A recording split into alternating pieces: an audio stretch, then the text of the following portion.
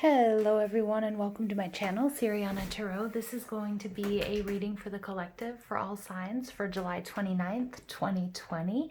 We've had a little bit of intensity in our readings this week, so let's go ahead and jump into this and see what's going on.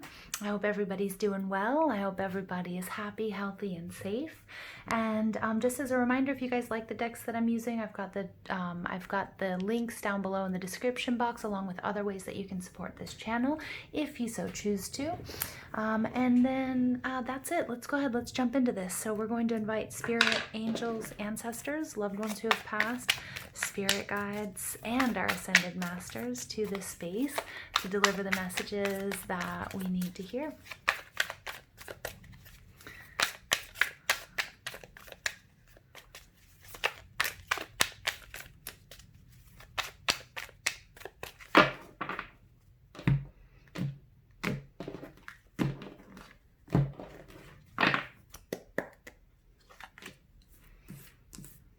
Okay, I'm using the vice versa tarot, so I don't read reversals.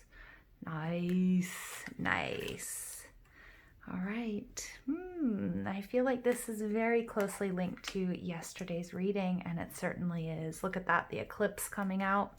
Overall energy is the Three of Pentacles. The Three of Pentacles is Taurus, Virgo, Capricorn energy. More specifically, it's Mars and Capricorn. This is all about you being the architect of your life. This could be a relationship, it could be a project, it could be work, it could be learning.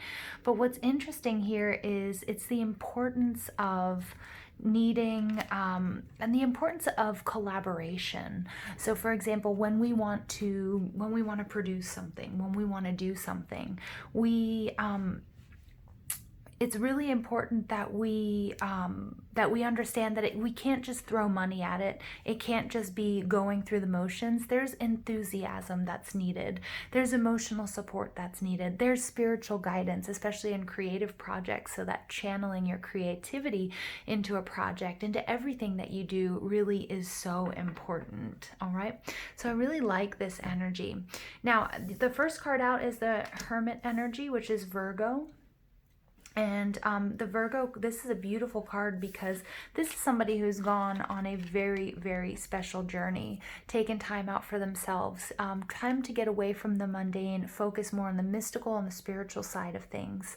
He's come to a crossroads, or he's come to a part of his journey where we have this full moon energy, and the moon is welcoming him in with her two dogs that are there for protection and guidance, and to say, hey, you know, for those of you who have dogs, the excitement of when you come home. So this is like your homecoming, you finding home through prayer, through meditation, through this spiritual side, through this journey.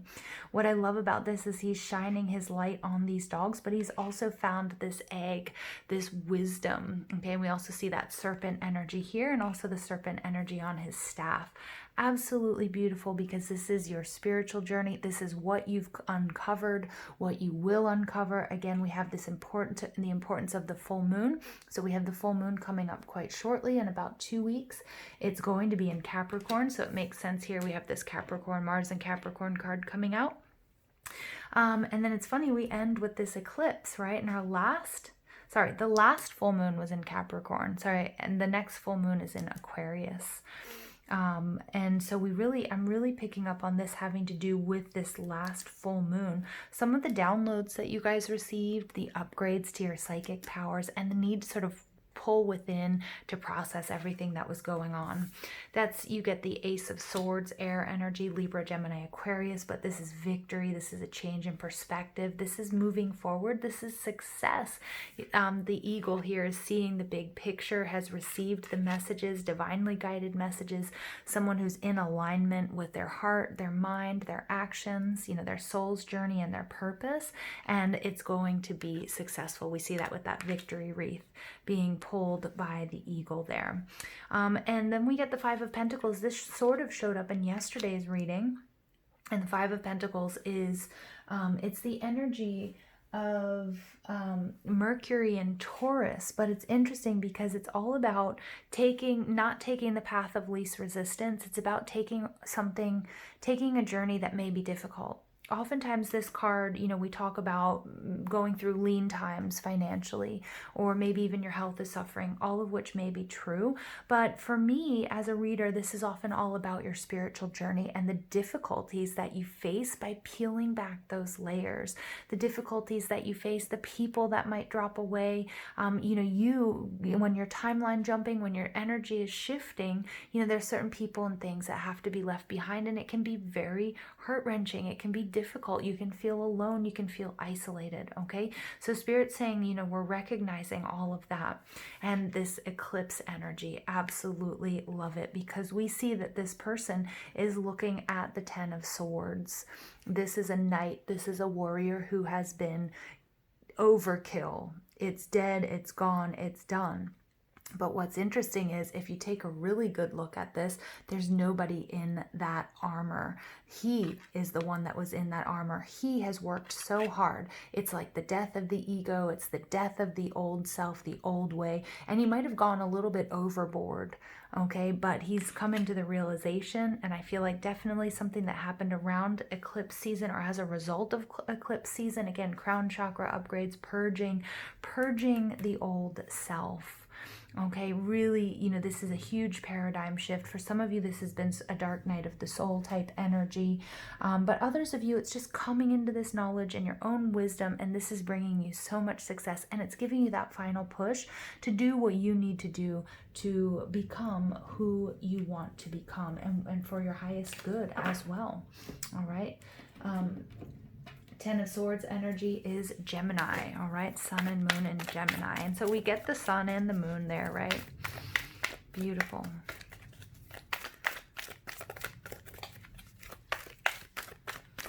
Additional messages for the collective. What a process, you guys. The thinking man. 46 breaks down to a 10, so you have 2 10s coming out, all right? And you know, this is about strategy. This is about, again, we see these eagle feathers falling right on top of these 2 cards that have the birds, seeing the big picture. And it's also, you know, it's interesting because we've moved into the Gemini-Sagittarius axis. That nodal axis shift had took place a while back, or a little bit, you know, took place. And it's all about now really balancing your higher truths with like smaller truths and smaller actions. So I love that. And this Gemini energy is coming out twice. So again, strategy, contemplation, focusing on the small and on the details, but also being able to see that big picture and how you're going to be successful. The garden and the gate. You have the power. That's been coming up a lot. And I love that we have the butterfly there representing transformation. Butterflies can also be messages from passed on loved ones. So if you're seeing butterflies or you see them often, again, that's people who have passed on, who are coming, you know, to send you messages or to remind you that you're not alone. The garden and the gate, you know, you're in a beautiful place. But she's holding the key, you know, in this gate, she has the key to open up that gate and to do and go wherever she might, you know, where she feels called to. Where is this journey going to take her? You might be in a very comfortable position, but you might say, you know what, but there's more I need to learn. I need to see what's out there. This is something I've got to do. And look at that. You get happy family. I love it. I love it. So happiness, stability. The rainbow reminds me of Iris, the messenger between the heavens and the earth.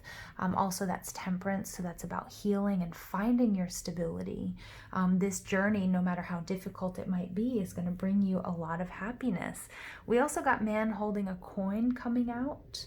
And so this is interesting. I'm going to keep it there. This is also that earth energy, but this is you investing in this journey. This is you bringing, you know, being really an agent of change. And we get that with the 3 of Pentacles here.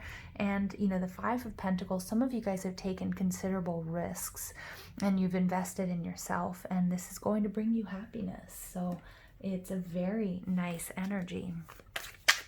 All right.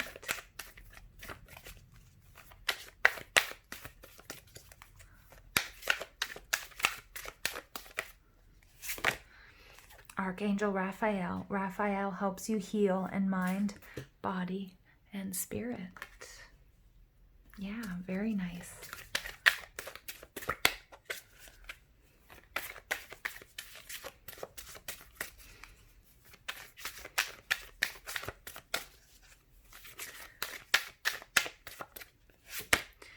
get power of angels. May your angels protect you, guide you, and keep you safe. So this journey, your angels are coming through very, very strong. Archangel Raphael is one of the angels that I work with in healing sessions, one of my guardians of the East. And I'm just going to read you a little bit about Raphael. Hold on one second. Raphael is about, represents physical healing, good health, assistance to healers. So my healers and my light workers, you guys have been coming through so strong this week. And it's also about travel safety. And also the stone that we associate with Raphael is also malachite or emerald. And this is the perfect time for me to play show and tell and bring out my beautiful, one of my gifts for my birthday.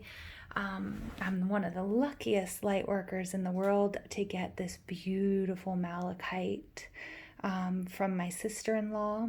Beautiful energy. Beautiful energy. So that's malachite. You guys can work with malachite this week if you feel like you need to. If you need assistance in healing physically, some of you might have had an injury or illness, but it can also be heart healing.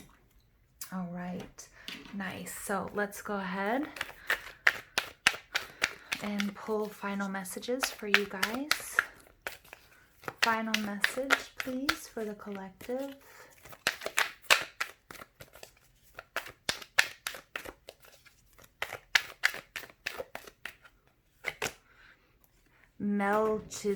Melchizedek, higher learning.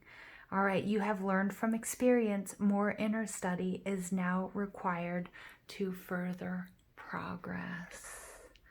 Wow. Nice. And for those of you guys who are interested in sacred geometry as well, we've got the flower of life there behind him.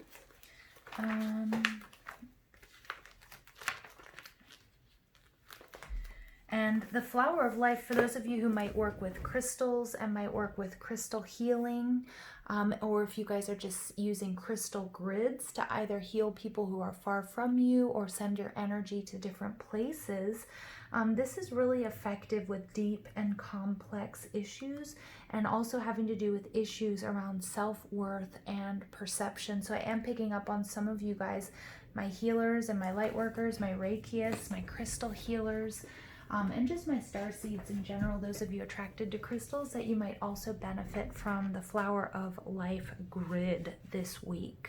Okay. All right. I'm going to leave it there for you guys. I absolutely love you. I thank you guys so much for all your love and support. Please don't forget to give this video a thumbs up, hit that subscribe button if you haven't already, and go ahead and check me out on Instagram and Facebook if you so choose. And I hope you have an absolutely beautiful day. Take care.